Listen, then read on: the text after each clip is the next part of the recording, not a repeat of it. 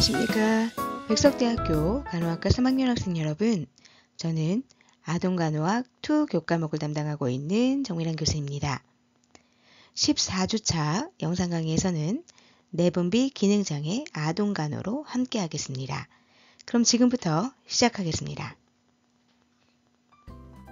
컨텐츠는 다음과 같습니다. 내분비계의 구조와 기능, 내분비계의 건강 문제에 대해서 확인해 보도록 하겠습니다. 먼저 내분비계의 구조와 기능에 대해서 확인해 보도록 하겠습니다. 먼저 내분비계를 보도록 하겠습니다. 내분비계는 신경계와 함께 생체 기능을 조절하는 그런 조절계입니다. 그래서 화학물질이 보통은 분비세포에서 혈액내로 방출되어서 이 화학 성분의 농도를 통해서 원격 부위를 조절하는 그런 기능을 담당하고 있습니다. 내분비계는 호르몬을 분비하는 기관들입니다. 그래서 여기서 지금 보시는 바와 마찬가지로 뇌하수체나 갑상선, 부갑상선, 부신, 췌장, 난소, 고환 이런 것들로 이제 이루어져 있다고 볼 수가 있는 것이죠. 그래서 각각의 표적 집단의 기능을 할 수 있는, 조절을 할 수 있는 그런 호르몬을 분비한다. 이렇게 보시면 되겠습니다.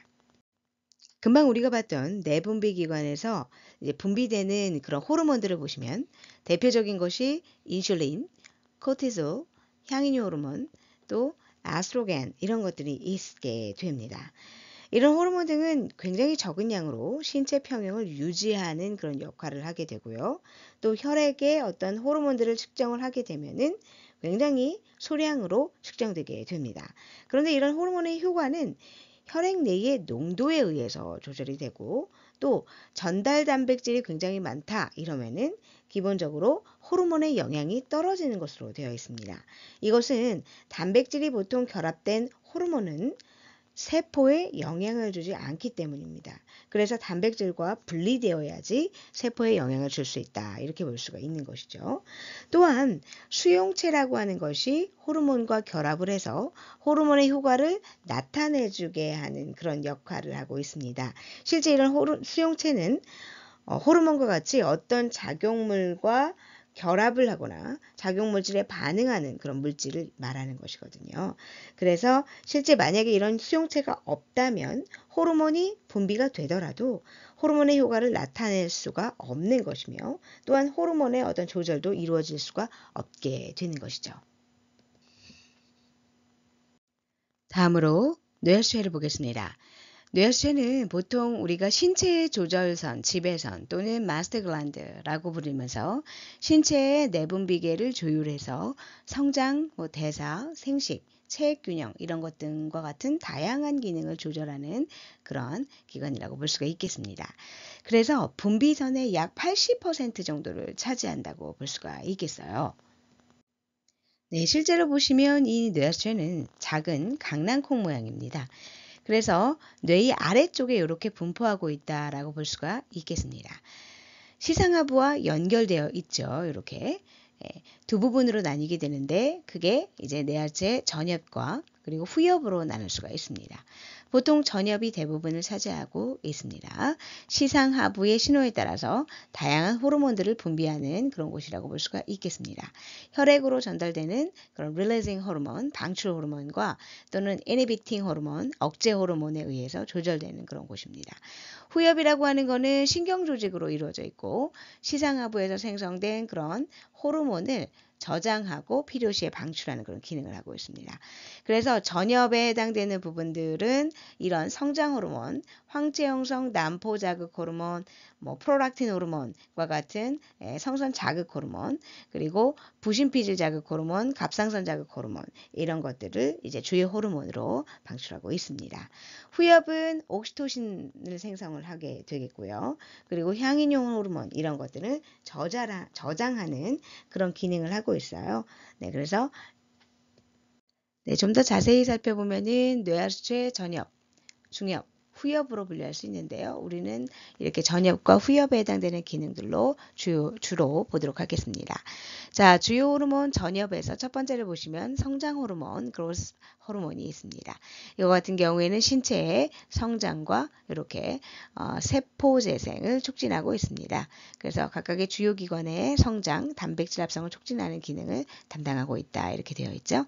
두 번째로 갑상선 자극 호르몬이라고 해서 타이로이드 스티뮬레이팅 호르몬이라서 TSH의 호르몬이 있습니다. 이것은 갑상선의 기능을 조절하고 대사 활동에 영향을 미치게 합니다. 그래서 갑상선의 어떤 발육, 티록신 분비를 촉진하는 그런 역할을 하고 있다. 이렇게 볼 수가 있겠죠.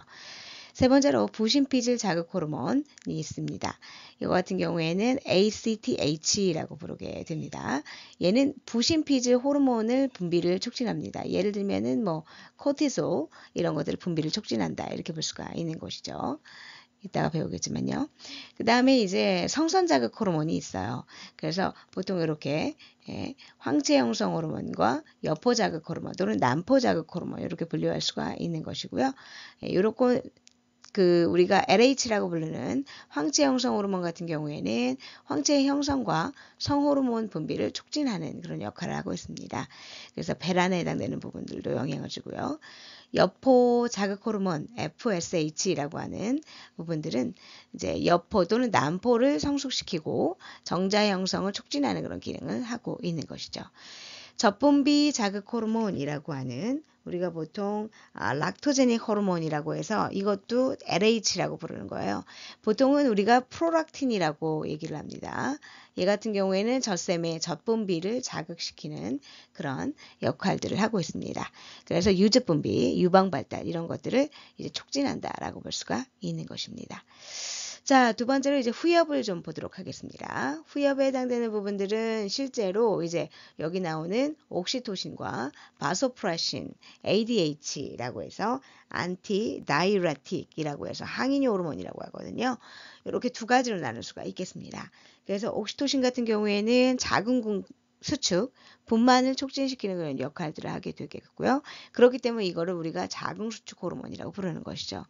자, 바소프레신 또는 항인효 호르몬이라고 하는 ADH는 세뇨간의 수분을 재흡수를 촉진시키고 혈압 상승에 해당되는 부분들의 기능을 하게 하는 그런 역할들을 한다. 이렇게 볼 수가 있겠습니다. 네, 이번에는 이제 갑상선을 보도록 하겠습니다. 타이로이드 글랜드라고 부르는 갑상선은 목의 앞쪽 부분 그리고 윤상연골 바로 밑에 위치하고 있습니다. 그래서 이렇게 보시면은 혀부라고 하는 것에 양옆이 이렇게 연결되어 있는 그런 모양을 보이고 있습니다. 자, 이런 갑상선에서는 T3, T4와 같은 이 칼시토닌 이런 것들을 합성하고 분비하는데요. 특히 T4는 티록신으로서 물질 대사, 그 중에서도 이화작용을 촉진하는 그런 역할들을 하고 있습니다. 그리고 칼시토닌 같은 경우에는 혈장 내에 칼슘 농도를 저하시키는 그런 기능들을 담당하고 있다. 이렇게 볼 수가 있겠습니다.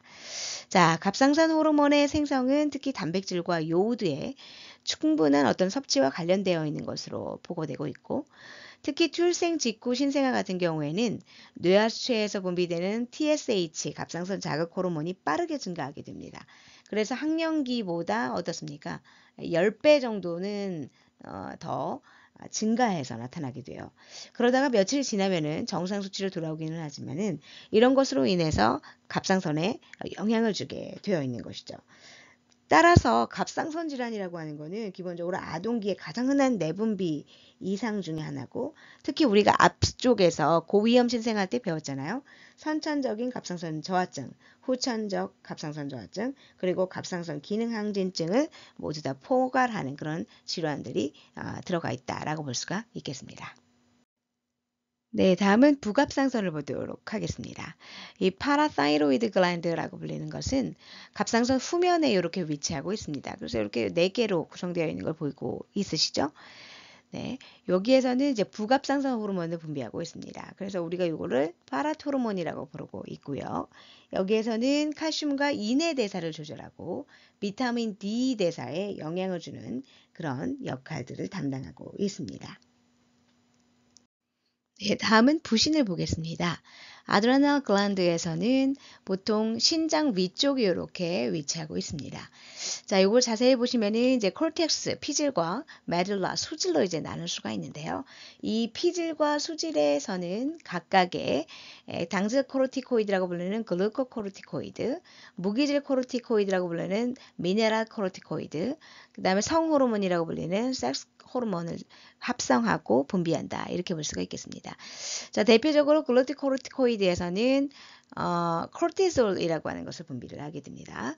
그리고 알도스테론은 미네랄 코르티코이드에서 이제 나오게 되는데요. 실제 이 알도스테론 같은 경우에는 레닌, 안지오텐신 시스템에 의해서 이제 조절되는 그런 호르몬이다. 이렇게 볼 수가 있습니다. 그리고 이제 섹스 호르몬에서는 안드로겐 같은 것들이 이제 합성된다라고 볼 수가 있는 것이죠. 수질 같은 경우에는 카테콜라민이라고 하는 아드레날린, 노르아드레날린, 도파민 이런 것들을 포함하는 이제 상위 개념의 그런 호르몬이라고 볼 수가 있겠죠. 실제 이제 아드레날린 같은 경우에는 혈당량을 증가시키고 혈압을 상승시키는 그런 부분들이고, 노르아드레날린은 교감신경에 해당되는 기능을 강화시키는 그런 역할들을 담당하고 있습니다. 자, 여기에서 지금 보시면은 실제 아드레날 글랜드를 위쪽 부분을 쫙 떼다가 피질 부분들을 확인을 해보면은 아래쪽에 해당되는 메듈라까지도 포함을 시켰네요. 자, 첫 번째 해당되는 요 부분들이 가장 그 바깥층에 위치하고 있는 사구대라고 불리는 것입니다. 그래서 이건 사구대. 주로 아까 우리가 봤었던 자, 미네랄 코르티코이드라고 하는 무기질 코르티코이드죠. 이런 것들을 분비하게 하는데 대체로 알도스테론 같은 것들이 있다는 것이죠. 그래서 체내 전해질이나 수분 균형을 유지하는 그런 역할들을 하고 있습니다. 두 번째는 우리가 보통 속상대라고 부르는 것입니다. 그래서 중간층이 되는 것이죠. 얘는 중간층입니다. 보통은 여기 지금 보면 글루코코르티코이드라고 하는 당질 코르티코이드를 분비하게 됩니다. 그래서 보통 콜티졸 같은 것들이 대표적으로 있는 것이죠. 콜티졸은 스트레스 반응, 대사 조절, 그리고 면역 억제 이런 것 등에 관여를 하게 되겠습니다. 그리고 이제 아래쪽에 있는 것이 바로 망상대라고 불리는 것입니다. 그래서 가장 안쪽 층에 있는 것이라고 볼 수가 있겠는데요. 얘 같은 경우에는 안드로겐과 같은 이러한 성호르몬 전구체를 만들어지게 합니다. 분비를 합니다. 그래서 주로 성호르몬 합성의 전구체 같은 역할들을 하게 되는 것이죠. 그리고 아래쪽에 있는 그죠? 메듈라, 아드레날 메듈라 같은 경우에는 보통 에피네프린이나 노르에피네프린과 같은 호르몬을 아까 분비한다고 얘기를 했었습니다. 네, 그래서 주로 이제 여기 지금 보면 스트레스 호르몬이라고 부르는 것들이죠. 이런 것들을 분비한다라고 보시면 되겠습니다. 네, 다음은 판크리아스, 췌장에 대해서 살펴보도록 하겠습니다. 지금 여기 보신 바와 마찬가지로 이렇게 뒤쪽에 위치하고 있습니다. 이것은 내분비계와 외분비계 두 가지의 어떤 역할들을 동시에 하는 그런 기관이라고 볼 수가 있겠는데요. 보통 태아기의 4에서 8주 사이에 보통 외분비와 내분비 부분에 세포 분해가 일어나서 형성되게 되죠. 내분비계는 보통 소화효소를 분비하는 그런 기관이고, 내분비계는 호르몬을 분비하는 거죠. 보통 랑게르한스 섬에서 일어나고 있습니다. 그래서 실제 이 내분비 기능이라고 보시면은 랑게르한스 섬에 여러 가지 세포들이 있었잖아요. 그래서 알파 세포에서는 글루카곤이라고 하는 것들을 생성을 하게 됩니다. 그래서 혈당량을 증가시키는 것이죠. 글레이코겐에서 포도당으로 이제 전환시키는 그런 역할들을 하는 것이고요. 그 다음에 베타 세포라고 하는 데서는 이제 인슐린을 분비하게 됩니다. 그래서 여기서는 혈당량을 반대로 감소시키는 역할들을 합니다. 그래서 포도당을 글레이코겐으로 변환시켜주는 역할들을 하는 것이죠. 그리고 우리가 델타 세포라고 하는 곳에서는 소마토스타틴이라고 하는 것들을 분비하게 됩니다. 그래서 이것은 보통 호르몬 분비를 억제하는 그런 역할들을 하게 되는데요. 보통 글루카곤과 인슐린 같은 것들을 영향을 주게 되는 그런 역할들을 하고 있습니다. 다음으로는 내분비계 건강 문제에 대해서 확인해 볼 텐데요. 여기서는 뇌하수체 질환, 갑상선 저하증, 당뇨에 대해서 살펴보겠습니다. 네, 먼저 뇌하수체 질환에 대해서 살펴보겠습니다. 뇌하수체 질환은 보통 이제 전엽에서도 문제가 될 수 있고 후엽에서도 문제가 될 수가 있는데요. 실제는 뇌하수체 전엽 질환이 훨씬 더 많이 나타난다라고 볼 수가 있겠습니다. 그거는 뇌하수체 전엽에서 분비되는 호르몬이 훨씬 더 많고요. 6가지 정도가 되잖아요. 그래서 여기에서 분비되는 부분들의 어떤 이상으로 인해서 성장, 성발달, 대사활동 조절에 문제가 생기기 때문에 나타나는 것들이죠. 그래서 대표적인 것으로 보통은 이제 기능 항진증이라든지 또는 기능 저하증 이렇게 2가지로 분류를 할 수가 있습니다. 그래서 기능 항진증에는 보통 말단 비대증 이라고 불리는 성장 호르몬 과다 분비 때문에 나타날 수 있는 것들이 있고요. 그 다음에 프로락틴종이라고 해서 프로락틴 과다 분비증, 접분비 자극 호르몬의 과다 분비증으로 나타날 수 있는 거. 그리고 뭐 쿠싱 증후군, 그죠? 쿠싱병이라고 같은 부신피질 자극 호르몬 과다 분비에 의해서 나타나는 그런 것들이 있을 수가 있겠습니다. 그리고 기능 저하증은 지금 우리가 하게 되는 뭐 성장 호르몬 결핍, 그래서 GHD라고 하는 소아에서 성장 장애를 GHD입니다. 그래서 소아에서 성장장애를 유발시키는 것들, 그리고 뇌하수체 저하증 이런 것들이 있겠죠. 그래서 이런 부분들을 이제 좀 분리를 할 수가 있겠습니다. 그럼 이제 실제로 성장 호르몬 결핍증이라고 부르는 GHD에 대해서 살펴보도록 하겠습니다. 자, 이 성장 호르몬 결핍증의 특징이라고 보시면 발육이 부진하고 작은 키가 대부분이라 이렇게 볼 수가 있는 것입니다. 그래서 대부분 수면이 시작된 이후에 이제가 분비가 되는 그런 부분들로 인해서 이렇게 작은 키가 나타난다라고 볼 수가 있는 것이죠. 보통 성장 호르몬 결핍증은 1000명 중에 0.05에서 0.25명 정도 발생하게 됩니다. 그리고 남성과 여성의 어떤 발생률의 차이는 없다라고 보고되고 있고요. 자, 원인에 해당되는 부분들은 굉장히 불명확합니다. 그리고 뇌하수체의 어떤 손상이나 뇌종양으로 인한 뇌하수체 전엽 파괴에 의해서 나타날 수도 있고요. 또는 감염이나 방사선의 문제에 의해서 시상하부에서 또는 뭐 그로스 호르몬 릴리징에 해당되는 부분들이 문제가 될 수 있거나 또는 뇌하수체 성장 호르몬 생성 자극에 해당되는 그런 문제들로 인해서 나타날 수도 있게 되는 것이죠. 자, 병력이라고 보시면은 보통 유전적일 수 있고요. 그 다음에 저신장증, 뇌하수체 종양이 있었는지 없는지 이런 부분들을 우리가 좀 살펴보면서 이런 히스토리를 확인할 필요가 있겠습니다. 자, 특징으로 보시면 아까도 설명드렸지만은 보통은 3%에서 약 작은 키 정도가 나타날 수가 있겠고요. 그리고 성장률이 굉장히 감소되어 있습니다. 그래서 1년에 약 4, 5cm 정도 크게 되는, 그거보다 더 미만으로 크게 되는 그런 성장률 감소를 뚜렷하게 볼 수가 있겠습니다. 그리고 몸통 지방의 증가, 이래서 우리가 베이비 팻에 해당되는 부분들이 나타날 수 있고요. 자, 얼굴에 해당되는 부분들을 보면은 넓고 돌출되어 있는 이마가 특징적이고, 그리고 높은 음의 목소리가 나타날 수 있고요. 저혈당증, 그 다음에 콜레스테롤, 그 다음 팻 이런 것들이 나타날 수 있죠. 아까 우리가 베이비 팻에 해당되는 부분들이 있다고 그랬었으니까. 그리고 작은 음경과 고환, 성성숙에 해당되는 부분들이 굉장히 지연되어 있습니다. 치아 발달도 지연되어 있고, 그 다음에 디프레션 나타날 수 있고요. 그리고 컨센트레이션에 해당되는 부분들이 굉장히 부족할 수가 있습니다. 그리고 기억력도 그렇고요. 그리고 뭐 엔자이어티도 굉장히 많이 나타날 수 있고, 그래서 감정적인 어떠한 디스트레스 같은 것들이 이제 현저하게 나타날 수 있는 그런 특성을 보이고 있다라고 볼 수가 있겠습니다.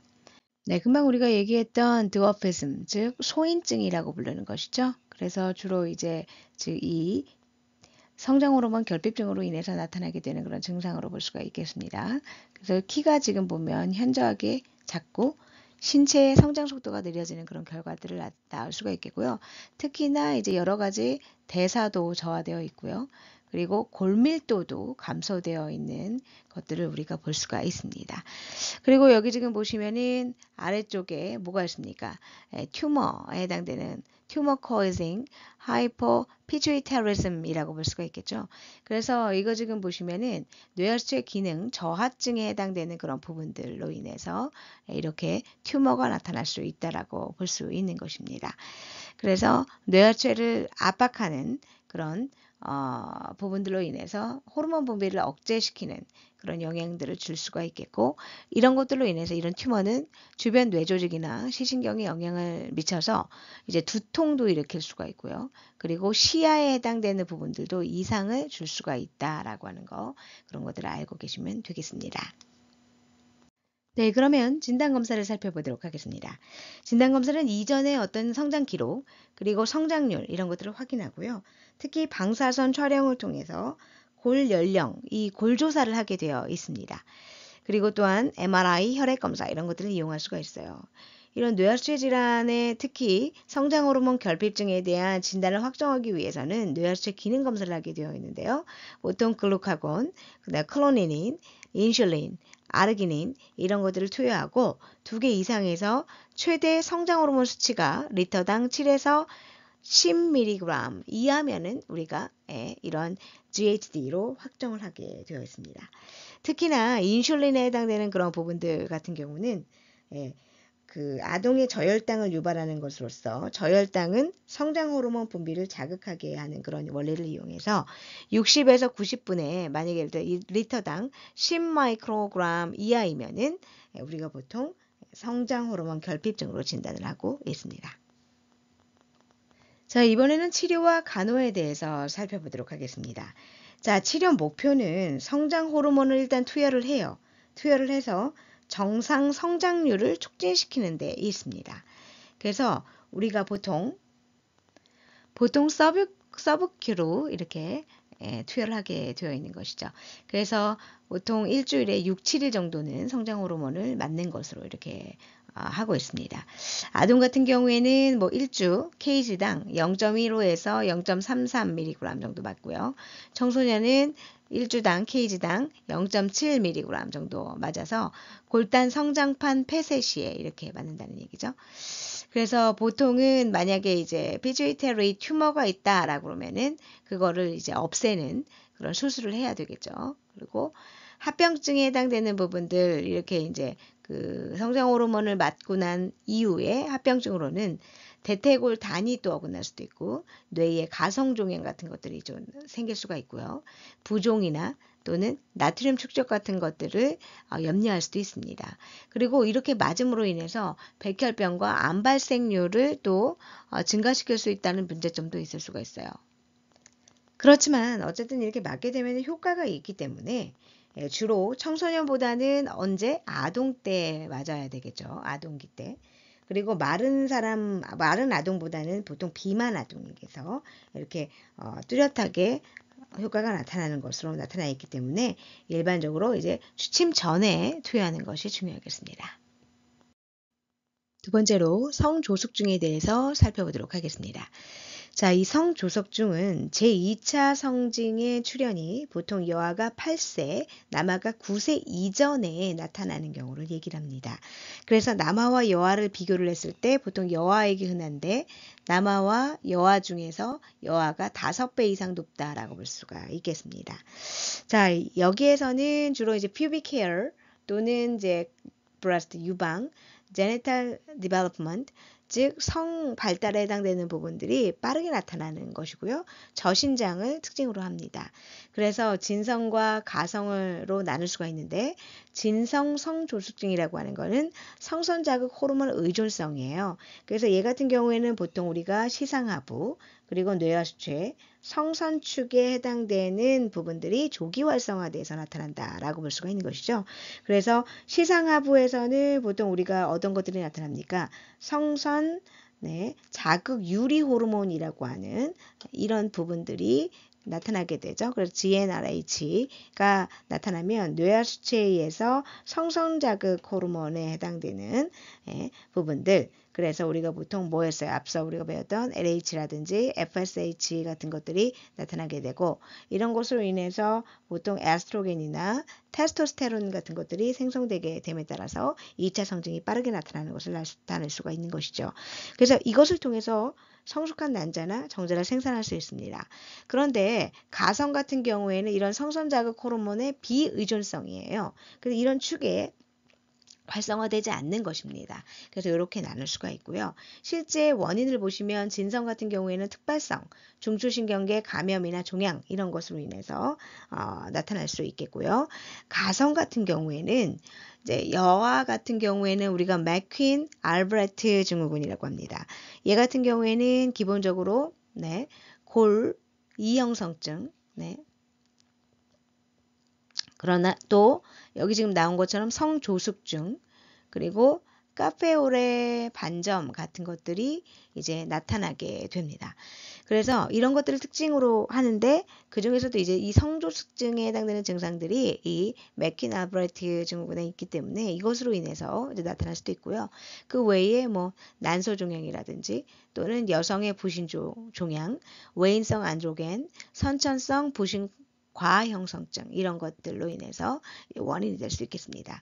남아 같은 경우에는 보통 선천성 부신 과형성증, 그 다음에 부신 피질 종양, 여성화 부신 피질 종양, 외인성 에스트로겐 이런 것으로 인해서 이제 드러날 수가 있는 것입니다. 증상을 보시면은 신장과 체중이 일단 증가를 하고요. 그 다음에 골성숙이 빠르게 이루어지고 조기 골단 융합으로 인해서 이제 최종적인 신장이 굉장히 작아질 수가 있는 것이죠. 그래서 여아 같은 경우에는 유방 발달이나 음모, 아까 얘기했던 pubic hair, 월경 이런 것들이 빠르게 나타날 수가 있는 것이고 8세 이전에 그리고 남아 같은 경우에는 고환이나 음경 크기가 굉장히 증가되어 있고 음모도 빠르게 9세 이전에 나타나는 그런 모습들을 보이게 됩니다. 그래서 여기서 지금 보시면은 여아 같은 경우에 이렇게 유방이 굉장히 발달되어 있는 것들을 볼 수가 있는 것이죠. 자, 그렇다면 이러한 성조소증을 위한 진단검사는 뭐가 있을까요? 보통은 성선자극 호르몬, 호르몬의 농도가 굉장히 높은 것을 확인할 수가 있습니다. 자, 우선은 과거력을 기반으로 히스토리를 해서 선형 성장표 검토를 통한 성장 증식 시기가 언제인지를 먼저 확인을 해줄 필요가 있겠습니다. 왜냐하면은 보통 급성장기가 어디 있었냐라는 것들을 확인하기 위해서죠. 그리고 외인성 호르몬에 대한 노출, CNS 외상이나 감염, 사춘기 발달 가족력 이런 것들을 전반적으로 우리가 확인하게 됩니다.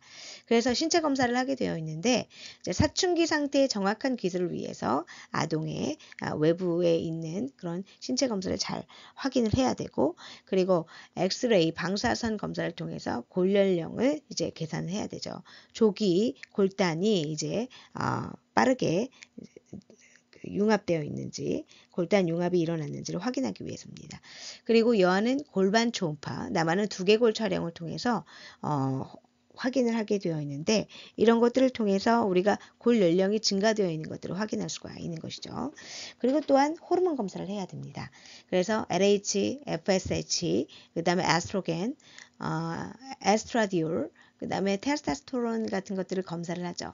이런 것들을 검사를 하고요. 그리고 여기 나와 있는 성선자극 유리 호르몬 이런 검사는 성조숙증 확정이 필요해요. 아까도 얘기했지만 이런 것들은 보통 시상하부, 뇌하수체, 성선축 이런 것들의 조기 활성화가 이루어졌는지를 확인하기 위한 것입니다.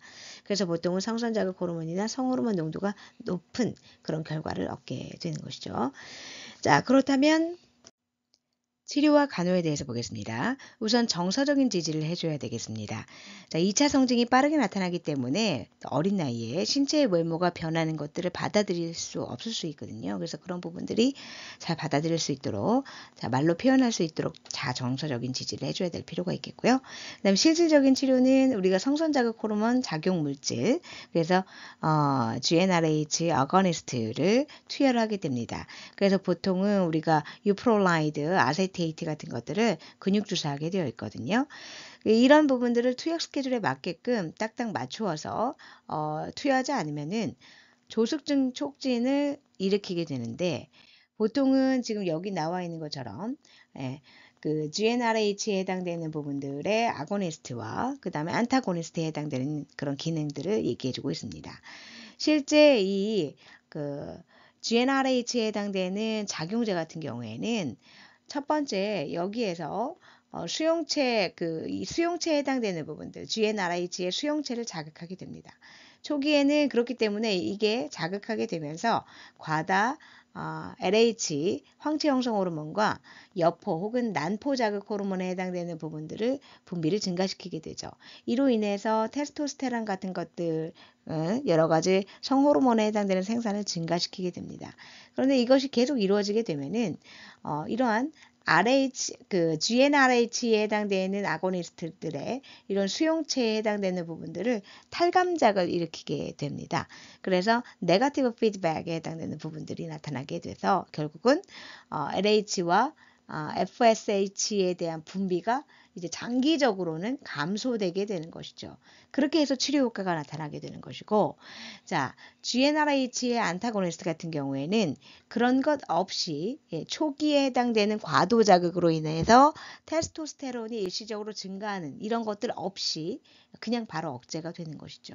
그래서 초기 자극 없이 즉각적으로 테스토스테론 같은 성호르몬의 억제를 유도하는 것이 안타고니스트고, 아고니스트 같은 경우에는 초기 과도 자극이 있는 거예요. 그래서 성호르몬의 분비가 일시적으로 증가한 다음에 그 다음에 이제 억제되는 그런 양상들을 보이고 있는 것입니다. 그렇기 때문에 당연히 스케줄에 맞추어서 이제 주사하는 것이 중요하다는 것이죠. 네, 이번에는 갑상선 저하증에 대해서 보겠습니다. 앞서 우리가 갑상선 호르몬에 대해서 얘기를 했었는데요. 이런 갑상선 호르몬이 결핍되어 있을 경우에는 성장장애, 그리고 골성숙지연, 정신발달장애 이런 것과 같은 여러 가지 문제를 유발할 수가 있습니다. 그래서 이런 갑상선 저하증은 실제 선천성과 후천성으로 이제 나눌 수가 있거든요. 그 전에 우리가 고위험 신생아에서 선천성 갑상선 저하증에 대해서 한번 언급해 본 적이 있었습니다. 그래서 이번 시간을 통해 가지고 한번 정리해 보도록 하겠습니다. 선천성 갑상선 저하증에 해당되는 부분들은 기본적인 어떤 내용으로서 약 85%가 갑상선 발생장애라고 볼 수가 있겠습니다. 그래서 보통 T3와 T4에 해당되는 형성이 굉장히 저하되어 있다라고 볼 수 있는데, 대표적으로 무형성 또는 형성 저하증 이렇게 나타날 수가 있겠죠. 그 외에 약 10에서 약 15% 정도는 상념색체 영성 유전으로 인해서 갑상선 호르몬에 대한 합성 장애가 나타나는 것이 이 정도 수치가 된다라고 볼 수가 있겠습니다. 자, 우리가 보통 생후 초기에는 증상이 정확하게 파악이 되지 않는다고 우리가 이전에도 얘기를 했었습니다. 그 이유가 모체에 의한 어떤 공급되어지는 그런 호르몬의 농도가 일정량 있었기 때문에 그런 것들이 이제 태어나서도 어느 정도 적정 유지되기 때문에 그렇게 된다고 그랬죠. 그런데 인공 수유와 같은 경우에는 보통 생후 3개월, 모유 수유는 이거보다 조금 더 지연되어서 약 6개월 정도에서 증상이 발현된다라고 볼 수가 있겠고, 실제 우리가 완전하게 발생되는 것들은 보통 아동이나 청소년기에도 나타날 수가 있다라고 볼 수가 있겠습니다. 그래서 남아와 여아를 비교했을 때 특히 여아가 한 2배 정도 많이 나타나는 발생률을 보일 수 있고, 후천성에 해당되는 그런 부분들이 나타날 수 있다라고 나타날 수가 있어요. 보통은 앞서도 얘기했지만 T3, T4의 혈청 수치가 감소되어 있고요. 그 다음에 TSH는 이제 수치가 증가되어 있겠죠. 그래서 이렇게 전체적인 어떤 내용들이 나타날 수가 있고, 증상을 보면은 보통 영아나 유아기에도 보통 비슷하게 나타날 수 있는데, 대표적인 혀 비대, 두꺼운 혀가 나타날 수 있습니다. 이전에서도 우리가 봤지만 이 두꺼운 혀 때문에 호흡곤란, 기도폐쇄 이런 것들이 나타날 수 있고, 그리고 이런 여러 가지 질식에 해당되는 그런 문제들 때문에 수유가 굉장히 어려움을 겪게 될 수가 있을 수 있겠습니다. 뿐만 아니라 대사율이 저하되어 있을 수 있어서 저체온, 섬액, 호흡률 저하 이런 것들이 영아기에 보통 많이 나타날 수 있고, 특히 피부 건조에 해당되는 부분, 피부가 굉장히 차고 건조하고 땀도 많이 안 나는 그러한 부분들이 나타날 수가 있겠습니다. 그리고 이런 체중 증가 때문에 보통 비만인 경우가 대부분이 많이 있죠. 그래서 이렇게 나타날 수가 있겠고, 실제 목도 굉장히 두껍고 짧고 얼굴 표정은 조금 둔해 있는 모습이 보일 수 있고요. 그리고 또한 이제 모발이 굉장히 가늘고 거칠고 추위에도 굉장히 약한 모습을 보일 수가 있습니다. 빈혈 같은 증상들이 나타날 수가 있어서 이제 피로나 허약감 이런 것들이 보통 많이 나타날 수가 있고, 무기력감 이런 것들도요. 그리고 또한 변비, 점액수종, 갑상선 비대 이런 것들이 나타날 수 있고, 실제 아동 성장기가 변동이 된다, 이 성장치가 변동된다, 이 얘기가 무슨 말이냐면은 실제 골발육 부진이 나타나게 됩니다. 그래서 키가 굉장히 작아질 수 있다라고 하는 것들을 여기서 볼 수가 있는 거죠. 이뿐만 아니라 뭐 우리가 지능 저하라든지 또는 이제 행동이나 또는 언어에 해당되는 부분들의 장애가 또 올 수가 있는 그런 부분들이 있을 수 있겠습니다. 그러면 진단검사를 살펴보도록 하겠습니다. 보통 우리가 그 갑상선 저하증이라 그러면 이전에도 우리가 설명을 했었지만 조기에 발견하는 것이 굉장히 중요합니다. 그렇기 때문에 다른 선천성 이상 질환들과 함께 이제 검사를 하게 되어 있죠. 그래서 태어나기 전에 선천성 대사 이상 검사를 하게 됩니다. 48시간 이후 정도에 하게 되고요. 혈청 갑상선 기능 검사를 이제 하게 되는데 이런 것들을 대표적으로 TSH나 T4의 단독 검사를 주로 시행을 하게 됩니다. 그래서 TSH는 20IU/ml 이상이거나 또는 T4는 6.5g/dL 이하일 경우 이렇게 우리가 진단을 하고 있습니다. 그리고 뿐만 아니라 이제 기타 검사에서 우리가 확인을 할 수가 있겠는데 실제 성장 속도를 측정을 하고 골 연령 측정을 통해서 성장 이상을 확인할 수가 있는 것입니다. 뿐만 아니라 우리가 방사선 어떤 그 요오드 섭취 검사를 통해서 요오드의 섭취율이 낮으면 갑상선 기능 저하증을 의심해 볼 수가 있는 것이죠. 자, 두개골 X선 촬영이나 갑상선 스캔 이런 것 등을 통해서 우리가 확인할 수 있는 것들은 갑상선 발달 이상 같은 것들을 확인해 볼 수가 있겠고요. TOP 항체 같은 경우에는 자가면역 질환을 우리가 있는지 없는지 여부들을 확인해 볼 수가 있겠습니다. 네, 그래서 우리가 겉면으로 봐서도 이렇게 굉장히 커져 있는 것들을 볼 수가 있어요. 갑상선이 커져 있고 그리고 또한 이렇게 불룩 튀어나와서 목이 굉장히 두꺼워진 것처럼 보이는 그런 양상을 확인할 수가 있겠습니다. 치료와 간호에 대해서 보겠습니다. 우리가 갑상선 저하증 치료는 갑상선 호르몬제를 투여를 해야 된다는 것이죠. 그래서 보통은 L-타이로신 같은 것들을 갑상선 호르몬제를 제치해서 우리가 투여를 하게 돼서요. 보통 6개월 정도는 체크업을 반드시 해야 됩니다. 실제 신생아 같은 경우에는 정상 상태로 빨리 되돌리는 것이 굉장히 중요합니다. 그래서 이렇게 갑상선 저하증 치료제를 섭취를 하면서 비타민 D 보조제를 이제 투여를 하게 되는데 이것은 보통 구루병을 예방하기 위해서죠. 빠른 골 성장이 시작될 때 갑상선 호르몬 복용으로 인해서 구루병이 생기는 것을 방지하기 위해서 예방하기 위해서 보통 우리가 비타민 D 보조제를 섭취를 반드시 해야 됩니다. 이전에 우리가 배웠겠지만 두유나 철분을 같이 먹으면 안 되죠. 이런 것들은 보통 티록신 흡수를 방해하기 때문에 절대 금지하게 되어 있고요. 그리고 아동 또는 청소년 같은 경우에는 너무 빠른 대치 치료가 있을 경우 과격한 행동과 학습 장애에 대해서 굉장히 문제가 생기는 그런 부작용이 나타날 수 있기 때문에 우선 적은 용량으로 시작을 해야 됩니다. 그리고 증상과 갑상선 임상 검사, 즉 호르몬 검사를 통해 가지고 서서히 증가시키는 것이 굉장히 중요하겠습니다.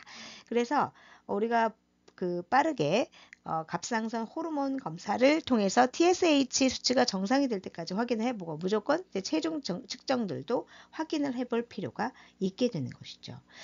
자, 그래서 우리가 만약에 투여량이 굉장히 부족하다라고 하면은 보통 T4 수치가 계속 감소되겠죠. 그리고 임상 증상이 별로 호전되지는 않을 것입니다. 그런데 만약에 이렇게 과량 투여되었다, 그러면 어떻게 될까요? 너무 많이 과량이 투여가 되면 불면증이나 흥분, 열감, 발한, 빈맥, 구토, 설사, 체중 감소 이런 것들은 어떤 증상이냐면 반대로 갑상선 기능 항진증에 대한 증상입니다. 이런 것들이 이제 나타날 수 있겠죠. 그러니까 적정량을 우리가 투여하는 것이 굉장히 필요하다. 이렇게 볼 수가 있겠습니다. 네, 이 그림은 갑상선 기능 저하증과 그 다음에 그레이브스 디지즈라고 하는 갑상선 기능 항진 두 가지의 어떤 심텀을 비교해 놓은 것입니다. 그래서 지금 보시면은 머리 같은 경우에는 굉장히 갑상선 기능 저하증은 어때요? 머리카락이 굉장히 가늘고 잘 빠지고 이렇게 돼 있죠. 눈썹 같은 경우도 거의 없고요. 그리고 얼굴도 굉장히 이제 부어 있어요. 문페이스처럼. 그리고 갑상선이 굉장히 비대되어 있는 특성을 보이고 있습니다. 뿐만 아니라 이 몸에 해당되는 피부와 신체를 보시면 피부가 굉장히 건조하고 거칠어져 있습니다. 아까도 우리가 봤었지만 손발에 해당되는 부분들이 굉장히 차가워지고 부종도 많이 있을 수가 있습니다. 그리고 컨스티페이션, 변비가 굉장히 특징적이고요. 그리고 하트레이트이 굉장히 느린 섬액을 나타내는 것 특징으로 나타날 수 있어요. 그 다음에 식욕부진에 해당되는 부분들도 나타날 수 있죠. 무기력한 부분들, 그 다음에 그럼에도 불구하고 굉장히 체중 체중 증가가 많이 나타날 수 있고요. 추위에도 굉장히 민감해질 수가 있습니다. 그래서 기억력도 굉장히 푸어해질 수가 있고요. 그리고 불임이나 월경 과다 같은 것도 나타날 수 있고, 여기 지금 보시면 손목 터널, 그죠? 카펠 터널 신드롬, 손목 터널 증후군 같은 것들도 우리가 많이 나타날 수 있다라고 볼 수가 있겠습니다. 추위에도 굉장히 많이 민감하고요. 그런데 이제 그거에 비해서 그랩스비형 같은 경우에는 어떻습니까? 예, 이 같은 경우에는 갑상선 자극 항체가 갑상선을 과도하게 자극해서 호르몬이 과잉 생산되는 것이거든요. 그러다 보니까 얘랑 그 갑상선 저하증과는 좀 차이가 있습니다. 그래서 안구는 굉장히 바깥으로 돌출되어 있고요.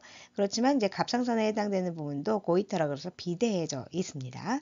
그리고 발안이 굉장히 많아요. 앞부분에서 우리가 그 갑상선 저하증 같은 경우에는 드라이 했었잖아요. 근데 얘는 굉장히 땀이 많이 날 수가 있고요. 뿐만 아니라 지금 여기 부정맥이나 빈맥이 많이 나타나 있다. 대조적이죠. 그리고 트레머, 손떨림 같은 것들이 많이 나타날 수 있고요. 여기 지금 보면은 두통이라든지 또는 웨이트 러스, 그리고 체중 감소가 굉장히 많이 있을 수가 있고, 그 다음에 아까도 우리가 얘기했었지만은 굉장히 신경질적이고, 그리고 감정적인 어떠한 불안정 같은 것들이 나타날 수가 있겠습니다.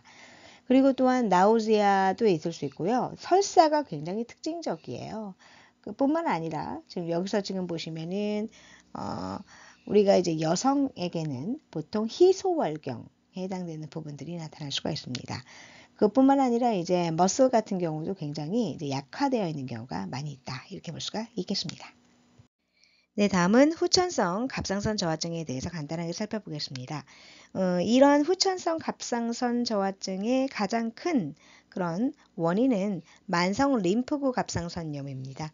그래서 이거 같은 경우에는 6세 이후 청소년기에 굉장히 호발하는 경향성을 보이며 이건 가족력이 있어요. 그래서 여아가 얘는 4에서 7배 정도 높다. 이렇게 볼 수가 있겠습니다. 자, 증상을 보시면 TSH 분비가 굉장히 증가하고 그래서 고이터, 갑상선, 비대가 빈번하게 나타날 수가 있습니다. 그리고 체중 증가, 변비, 건조한 피부, 아까 우리가 봤던 저하증의 증상, 가는 모발, 피로, 손해부종, 신부건 반사 지연, 치아 발현 지연 이런 것들이 이제 특징적으로 잘 나타나 있고 사춘기나 이럴 때 치아 발현이 굉장히 잘 드러나 있어야 되는데 그런 것들이 굉장히 현저하게 낮아져 있는 것들을 볼 수가 있습니다. 진단은 보통 질병이 진행됨에 따라서 T4, T3가 굉장히 감소되어 있고 TSH가 증가되어 있는 것은 동일하죠. 그래서 우리가 제일 중요한 거는 조기 발견하는 게 가장 중요하다. 이렇게 볼 수가 있겠죠. 그리고 치료합성 갑상선 호르몬제를 경구 투여하는 것이 중요한 치료법이 되겠습니다. 네, 마지막으로 당뇨병에 대해서 살펴보겠습니다. 여러분이 너무 잘 아시겠지만 고혈당으로 인해서 소변에 당이 검출되는 그런 대사 질환입니다. 인슐린 분비가 적거나 아니면 아예 없거나 또는 수용체가 이상이 있거나 당이나 단백질, 지질 대사의 장애를 나타내는 그런 질환입니다. 보통 20%가 인슐린 디펜던트 DM입니다.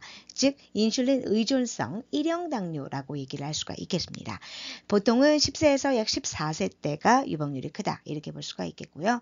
임상 증상은 보통 췌장 도세포가 약 80에서 90% 파괴돼가지고 인슐린 분비가 약 20% 이하로 감소돼서 포도당 흡수나 글리코겐, 지방 저장이 굉장히 저하되어 있는 것들을 나타낼 수가 있는데 실제 이렇게 자가 면역 질환에 의해서 기전에 의해서 췌장 베타 세포가 선택적으로 파괴되면 보통 베타 세포에서 인슐린 분비가 이루어지는데 그런 부분들이 잘 이루어지지 않는 것이죠.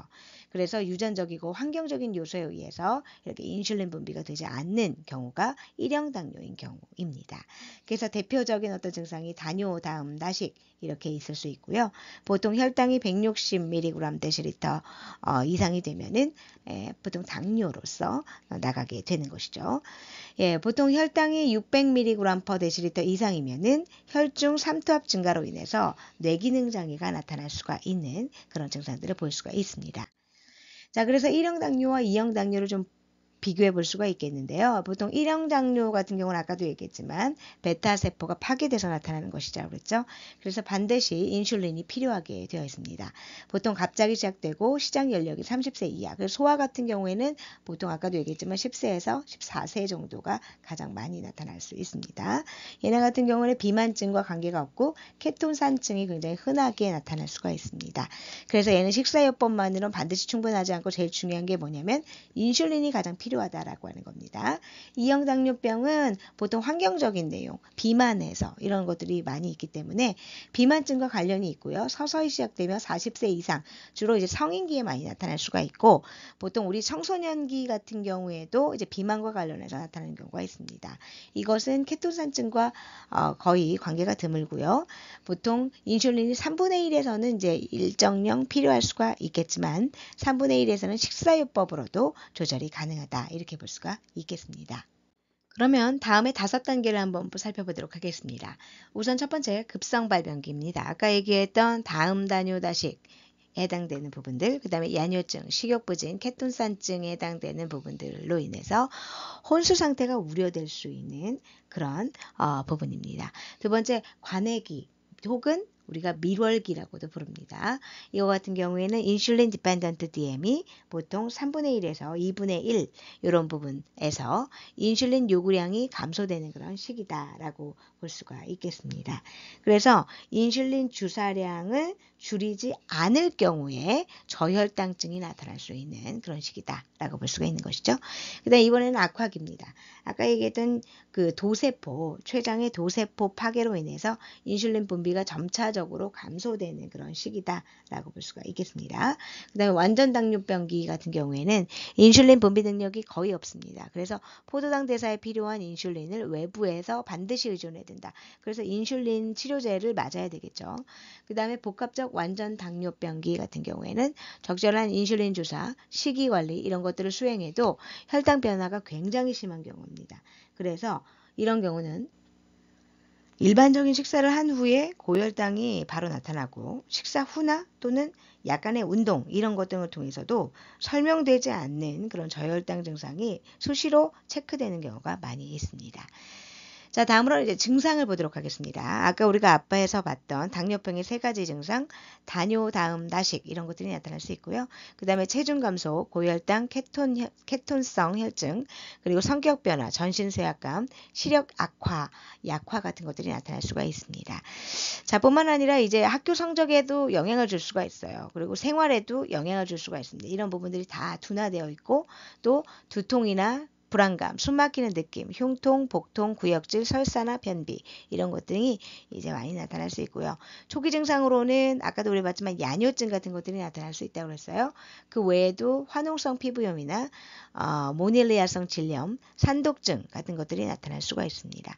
그래서 이제 산독증에 의한 증상으로서 구토나 다뇨, 탈수, 그 다음에 코스마울 호흡 같은 것들이 나타날 수 있어요. 네, 코스마 브라싱에 대해서 보시면은 보통 심각한 우리가 대사성 산증 상태에서 나타나는 보상적인 어떤 과호흡 패턴이라고 볼 수가 있겠습니다. 굉장히 깊고 그저 레이버드한 브레싱이라고 볼 수가 있겠는데요. 지금 여기 나와 있는 밑에 코스마울이라고 하는 것은 보통 코스마울 호흡의 이름을 기반으로 해서 각 글자를 이용해 대사성 산증이나 또는 당뇨병성 케톤산증과 관련되어 있는 주요 증상을 암기하기 쉽게 정리한 거예요.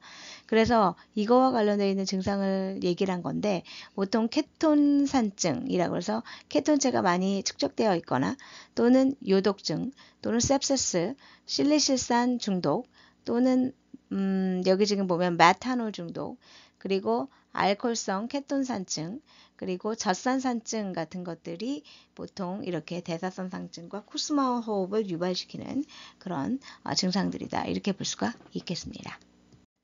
네, 다음은 진단검사를 보겠습니다. 보통 전형적인 앞서 얘기했던 증상이 나타난다든지 또는 고혈당이 나타난다라고 하고 그 다음에 소변에 당 검출이 된다라고 하면 바로 진단합니다. 고혈당이라고 하면 약 200mg/dL 정도가 되죠. 보통 공복 시에 혈당이 126 이상이면은 확인을 할 수가 있는데 특별한 증상이 없는 경우에는 공복 시 약 140mg 이상, 당부화 검사에서 약 200mg/dL 이상이 2번 이상 나타날 때 진단을 하고 있습니다. 보통 당화혈색소는 6에서 8%가 정상인데 최근 2, 3개월 내에 혈당 조절 상태를 반영하는 그런 지표가 될 수가 있습니다. 근데 농도가 높을수록 우리가 보통은 이제 당부화 검사는 필요가 없다. 이렇게 볼 수가 있겠고요. 네, 1형 당뇨병의 치료 목표를 한번 살펴보도록 하겠습니다. 보통 이제 그 expected outcome에서 단기 목표는 인슐린 주사로 인해서 혈당이 정상 범위에 있고 저혈당증이 없고 케톤성 산통증도 없고 그리고 지질 대사가 정상이고 삶의 질이 높은 것을 단기 목표라고요. 장기 목표는 보통 망막이나 신경, 혈관, 신장합병증이 없고 여성에게는 건강한 아이를 출산하도록 하는 것입니다. 그래서 우리가 당뇨에 해당되는 목표를 단기와 장기로 나눴을 때 앞서 봤던 단기는 혈당과 대사 상태를 정상화시키고 장기는 여러 가지 기관의 합병증을 예방하는 것들을 목표로 하고 있다라고 볼 수가 있겠죠. 치료 방법은 인슐린요법 또는 인슐린 주사요법 또는 식사요법, 운동요법 이런 것들로 나눌 수가 있는데요. 첫 번째 인슐린요법을 보시면 아침, 점심, 저녁 자기 전에 우선 당을 체크한 후에 속효성 인슐린 그리고 이것이 레귤러 RI와 중간형 인슐린 NPH 이런 것들을 함께 이제 투여를 합니다. 보통 하루 2번 해서요. 아침에는 3분의 2, 저녁에는 3분의 1 정도로 되어 있고 중간과 RI의 비율이 약 2대1로 하는 그런 것들이 있어서 혈당을 정상 범위에 머무르게 하기 위해서 이러한 방법들을 사용하는 것이죠. 또한 인슐린 펌프로 인해서 24시간 지속해서 주는 경우들도 있습니다. 그런데 사춘기에는 심리적인 변화뿐만 아니라 성호르몬, 성장호르몬에 의해서 인슐린 요구량이 굉장히 증가가 됩니다. 특히나 이제 사춘기 때의 여아가 칼로리 섭취량을 줄이지 않으면 비만하기 쉽죠. 이렇게 비만증이 나타났을 경우에는 인슐린 요구량이 더 많아지기 때문에 더 많은 인슐린을 맞아야 된단 말이에요. 그러니까 그런 것들을 좀 조절할 필요가 있겠습니다. 자, 다음으로는 이제 식사요법을 좀 보도록 하겠습니다. 총 칼로리는 체중이나 체표 면적에 따라서 계산을 하게 됩니다. 그래서 아침 20, 점심 20, 저녁 30, 식간 30% 정도로 이제 우리가 나누어서 칼로리 계산을 할 수가 있고 탄수화물은 약 55% 정도로 이제 섭취를 해야 됩니다. 그 70%는 복합 탄수화물, 단당류 섭취는 좀 억제하는 것이 비만증을 예방할 수가 있겠고요.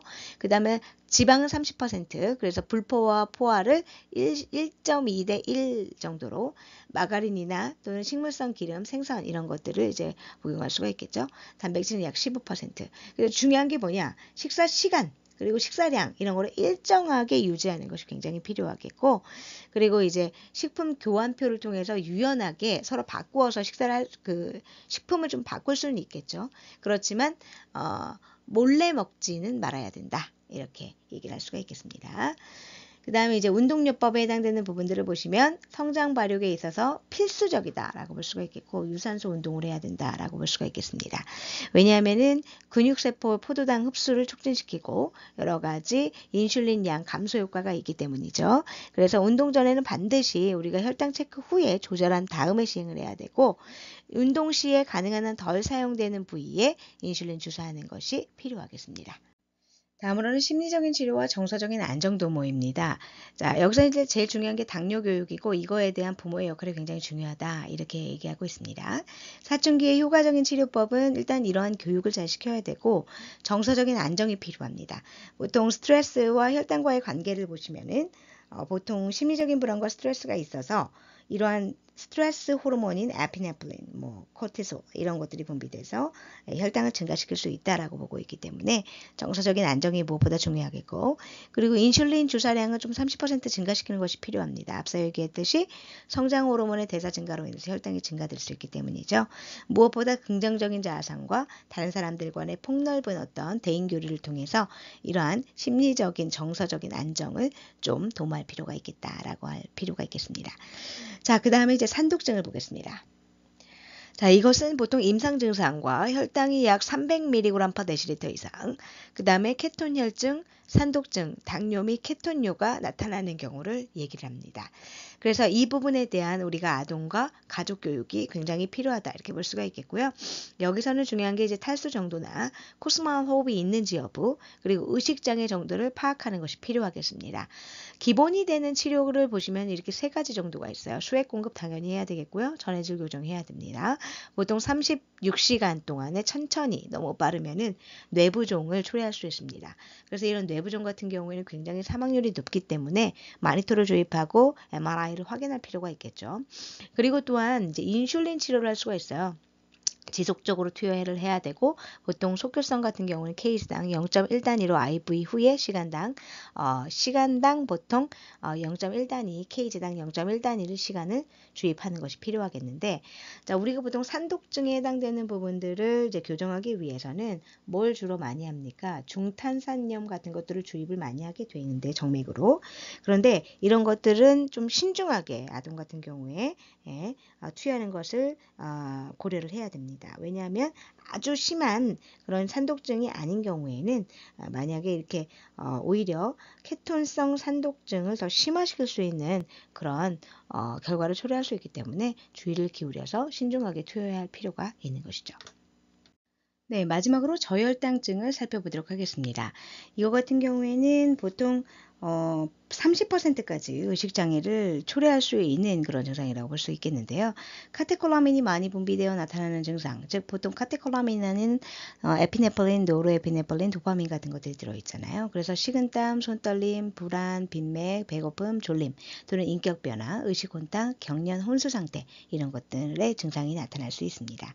원인은 보통 인슐린이 필요량보다 많이 주사된 경우, 식사하지 않거나 적게 하거나 운동 많이 하거나 이런 경우, 그 다음에 당뇨병이 10년이 지나서 저혈당 극복 호르몬이 적게 분비될 때 이렇게 나타날 수 있습니다. 그래서 우리가 보통 이제 저혈당 증상이나 증후에 대해서 아동이나 가족을 잘 교육시키고 주스나 단음료, 사탕 이런 것들 잘 갖고 다니면서 공급해 줄 필요가 있겠죠. 의식이 없을 때는 글루카곤 0.5mg을 다 반드시 이제 IM으로 투여를 해주고요. 소모기 현상 같은 것들이 나타날 수 있어요. 그래서 이런 것들은 보통 새벽에 저혈당 증상이 나타나고 그 다음에 반동 증상으로 고혈당이 나타나는 현상입니다. 그래서 보통 새벽에는 식은땀, 악몽, 두통과 같은 저혈당 증상이 나타났다가 이제 고혈당, 당뇨, 케톤뇨 같은 것들이 이제 그 이후에 생기는 것들을 얘기를 하는 것이죠. 네, 잠깐 저혈당과 고혈당을 좀 비교를 해보시면요. 보통 발병 속도에 있어서 저혈당은 빠르게 나타납니다. 고혈당은 서서히 나타나지만요. 기분 같은 경우도 저혈당은 불안이나 굉장히 초조한데 고혈당은 무기력하고 피곤한 경우가 많이 있죠. 정신 상태는 이제 저혈당 같은 경우는 혼돈과 멍함 이런 것들이 있지만 고혈당은 혼미, 졸림 이런 것들이 있고 감정적으로 굉장히 과민성인데 고혈당은 굉장히 무반응으로 나타납니다. 피부는 창백하고 땀이 나는데 고혈당은 건조하고 따뜻하고요. 점막은 정상적이고 고혈당은 건조한 편입니다. 맥박과 호흡은 빠르고 약한데 고혈당은 빠르고 강한 편이고 호흡은 정상적인데 고혈당은 보통 우리가 코스마 브라싱 같은 것들이 나타날 수 있다라는 거. 그 다음에 이제 보통 과일 냄새 같은 것들이 나타날 수 있고요.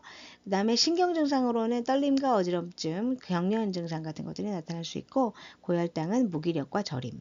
심각한 징후를 나타내는 것은 보통 의식 소절과 발작. 그래서 아까 30%에서 의식에 해당되는 문제가 생길 수 있다고 그랬었어요. 자, 아이들 같은 경우에. 그런데 이제 고혈당 같은 경우에는 혼수 상태, 케톤산증 같은 것들이 나타날 수 있겠습니다.